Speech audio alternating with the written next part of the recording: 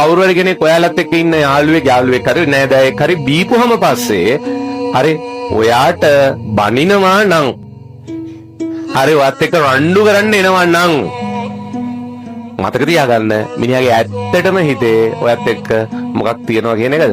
තරහක් තියෙනවා. හරි බීලා ඉවරලා ඊළඟ දවසේ ඇවිල්ලා කියනෝනේ අයියෝ මචං මං අතින් මොනවා වුණාද දන්නේ නැහැ. අනේ සොරි මචං කියලා. ඒ මොකද්ද? රංගපෑම.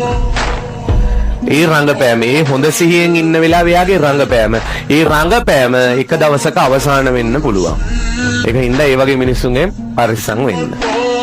හරි වෙනදට කතා සමහර ඉන්නෝනේ මිනිස්සු වෙනදා කතා කරන්නේම නෑ වචනයක්වත් කතා කරන්නේ නෑ. හැබැයි බීපුවන් පස්සේ කතාව නවත්ත ගන්න බෑ. හරි මොකද්ද? ඒ වගේ මිනිස්සු කතා කරන්න ආසයි.